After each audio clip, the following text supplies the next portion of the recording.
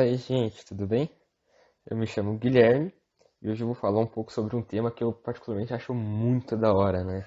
Que é na área do machine learning. Que assim, eu vou falar um pouco sobre as árvores de decisão. Mas assim, né, vocês devem estar se perguntando, o que seria uma árvore de decisão? Ó, não é nada complicado não, beleza? Vocês não precisam se assustar. Ela é basicamente um tipo de estratégia que a gente usa no processo de machine learning, né? Ou se você preferir, você também pode chamar de aprendizado de máquina, o machine learning.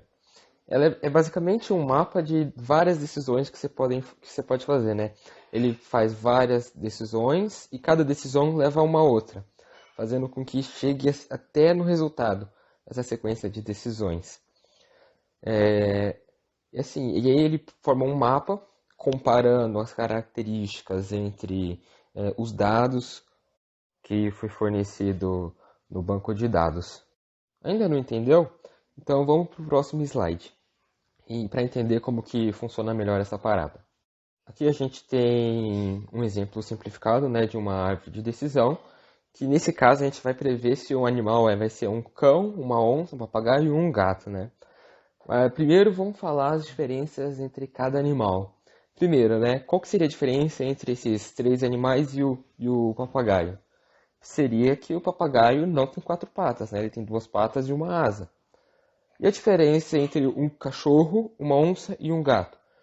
É que a pupila do cachorro, ela é uma pupila redonda e do gato e da onça seria uma pupila como se fosse um risquinho vertical.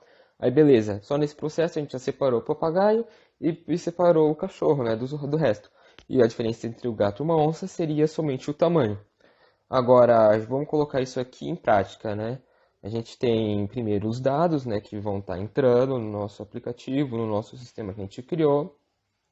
E a gente vai ter a nossa primeira condição já, né? Que, como citado anteriormente, vai ser o papagaio tem quatro patas? Se sim, não, se esse animal aqui tem quatro patas, né? Se sim, ele vai para a próxima condição. Se não, ele vai falar, não, esse animal é um papagaio. Condição 2.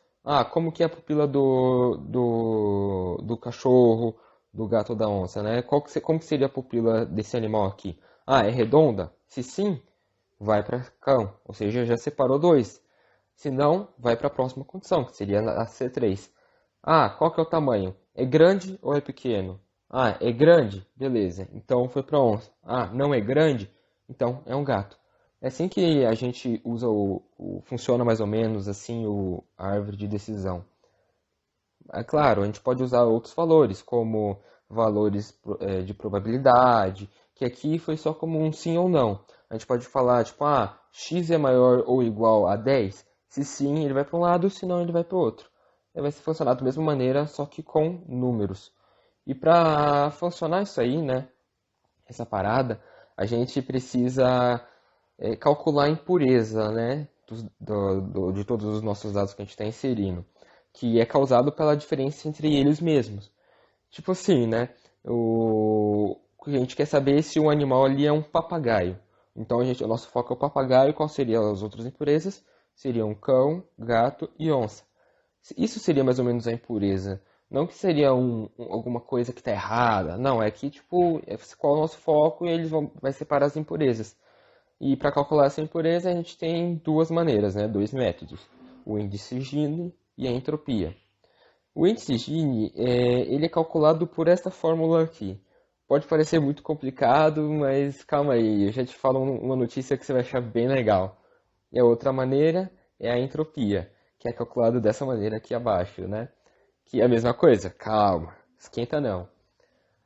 Agora, o lado bom, né, de realizar uma árvore de decisões em um programa é que não é preciso que você calcule todos esses valores aí que eu falei, né, do índice Gini ou da entropia, porque a máquina já realiza esses cálculos para a gente.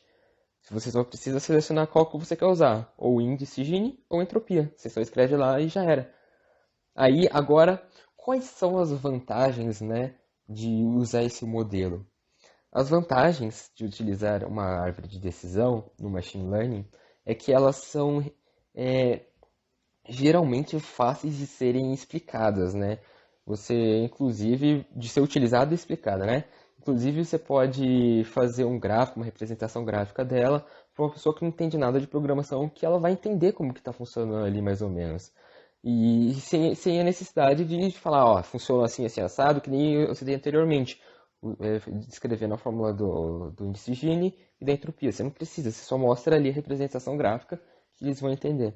Uma outra vantagem desse modelo aí é que ele apresenta um menor consumo energético em comparação aos outros métodos, como um de rede neural. Tá bom, rede neural é muito mais potente do que uma árvore de decisão, ele é.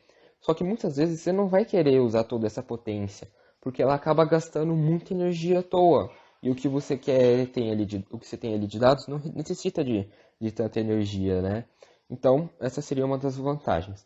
A outra vantagem é que essas árvores de decisão, elas são bem específicas, né? Elas se adaptam muito bem ao problema. Inclusive, você tem que tomar cuidado com um problema aí que se chama overfitting. Eu não vou entrar muito adentro aqui, porque senão vai se tornar um negócio um pouco mais complexo, e que a ideia seria mais apresentar mais ou menos o modelo. E essa habilidade de adaptação ao problema faz com que essa característica das árvores de decisão faz com que de se adaptar ao problema faz com que elas sejam bem versáteis, né? Que assim, quando o problema não possui os dados factuais, ou seja, de sim ou de não, ela usa a probabilidade estatística, né, para resolver o problema.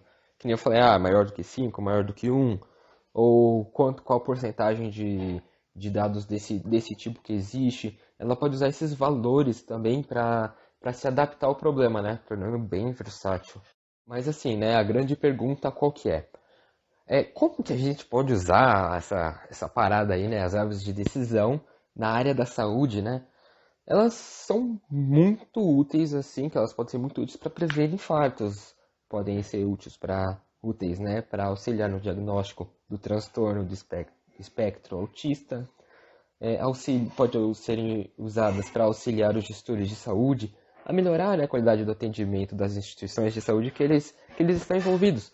Então, isso é muito legal, inclusive para o paciente, pode agilizar o processo do diagnóstico, diminuir a quantidade de erros feitas pelo médico, porque isso vai ser uma ferramenta muito útil para auxiliar esse profissional da saúde. E também as árvores de decisões também ajudam o médico a realizar diagnósticos no geral, assim, sabe? Não necessariamente daqueles que eu citei ali em cima. Podem servir também para fazer diagnóstico de infecção viral, infecção bacteriana, qual tipo de parasita que você tem de acordo com o sintoma, o que tem nas fezes, ou se você só tem alguma coisa que seria psicológica, porque existem também, né? Então isso pode ser uma ferramenta muito legal para auxiliar o médico. Foi isso a apresentação. Eu agradeço muito a atenção. Eu não entrei muito a fundo aqui porque o intuito foi mais apresentar o modelo, mas muito obrigado.